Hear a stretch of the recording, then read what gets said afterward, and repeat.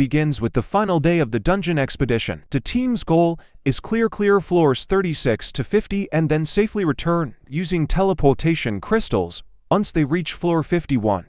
Everything sounds well planned, controlled, safe, but from the very beginning, something feels wrong. Orin notices it first.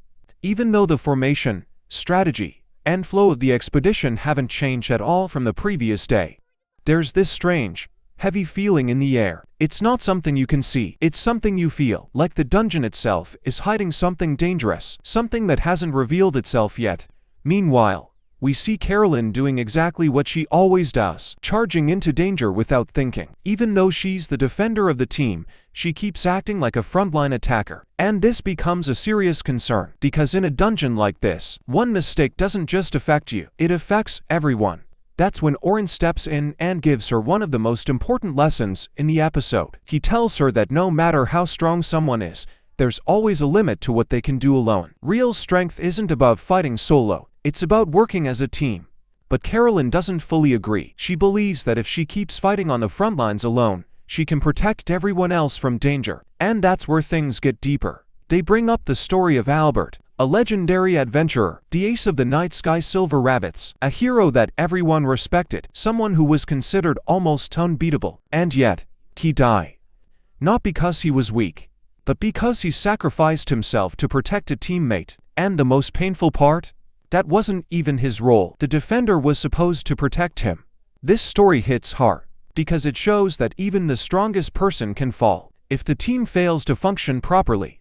Carolyn hears this, but instead of understanding it completely, she takes it the wrong way. She thinks the solution is to keep everyone else away from danger by handling everything herself. But in reality, that kind of thinking can destroy a team. After this, the group splits into smaller units and heads deeper into the dungeon. This is part of their training to learn how to navigate independently, find the boss, and survive without constant support. At first, everything seems normal, but then, something strange happens. There are no monsters, not even a single one. For a dungeon floor of this size, that's impossible. Even the others start feeling uneasy. And when they ask Orin about it, his answer makes the situation even more terrifying. He says this is not normal at all. And then he adds, it feels like the monsters are afraid of something. That one line changes everything, because monsters are usually the threat. But if they are scared, then something far more dangerous is nearby. Suddenly, an enemy appears. And as expected, Carolyn rushes in again without thinking. But this time, Orin stops her. Not by force, but by teaching. He introduces a technique called active defense. Instead of just taking hits or blindly attacking, a defender should control the enemy. He explains that every attack has a preparation phase, a small moment where the enemy shifts their body before striking. If you can read that movement, you can interrupt the attack before it even happens. By targeting that exact moment, you don't just defend, you completely shut down the enemy. This is a huge shift in mindset. It's no longer about strength, it's about timing, awareness, and control. For the first time, Carolyn starts to understand her role properly.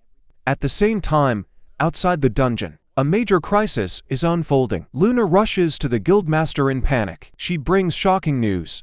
The black dragon, the boss of floor 92, is missing, and somehow, it has moved to another part of the dungeon. This should be impossible. Floor bosses aren't supposed to move like that, but somehow, it happened. And now, no one knows where the black dragon is. It could appear anywhere, at any moment, and inside the dungeon, hundreds of adventurers are completely unaware of the danger they're in. The guild immediately decides to prepare a massive emergency spellforce teleport, a powerful magic capable of evacuating every adventurer from the dungeon at once. But there's a huge problem. This spell requires an enormous amount of mana, and more importantly, time.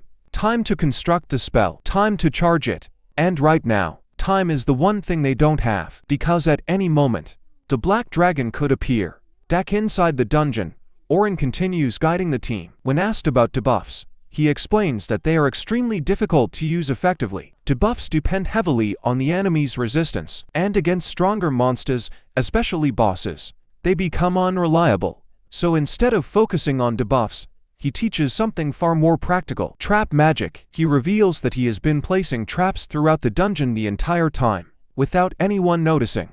These traps limit enemy movement and prevent attacks from unexpected directions. By doing this, he reduces risk and gives the team a huge advantage. He explains that an enchanter's true role is not just supporting teammates, but controlling the battlefield itself. And this is the moment everyone realizes just how skilled Orin truly is. Then he introduces another advanced concept: parallel construction, the ability to cast multiple spells at the same time. He explains that in deeper floors, enemies are too strong to be defeated with a single spell. If you cast spells one by one, you leave yourself vulnerable during the casting time. But with parallel construction, you can prepare multiple spells simultaneously. This reduces downtime and allows for continuous attacks. This is what separates average magic users from elite ones. Soon, they reach the floor boss, and this is where everything they've learned comes together. Perfect teamwork, perfect coordination. Orin controls the battlefield with his magic. Carolyn starts applying active defense. The rest of the team attacks at the right moments. There's no chaos, no panic. Everything flows perfectly, and the boss is defeated quickly. It's a clear example of how powerful a team can be when everyone understands their role. But outside, the situation is far more serious. The S-rank party realizes something shocking. Without Orin, they are no longer strong. In fact, they've become the weakest among the top parties. They admit that if they face the Black Dragon now, they will lose. Their survival depends entirely on the very person they once kicked out. Back inside, Orin faces another powerful monster, and this is where he reveals his true strength. He uses his original skill Impact, a technique that temporarily boosts his weapon, magic, and overall power up to 100 times for a single instant. With just one strike, he completely overwhelms the enemy and destroys it. No struggle, no hesitation, just pure dominance. At this point, it becomes clear Orin is on a completely different level. After the fight, the team prepares to leave the dungeon. Everything seems fine. The mission is complete. No one is injured. No disasters have occurred. For a moment, it feels like they've made it. And then, everything changes, because suddenly, the one creature that should never be there appears.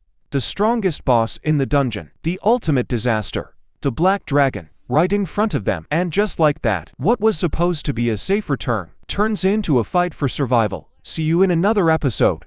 Do like and subscribe the channel.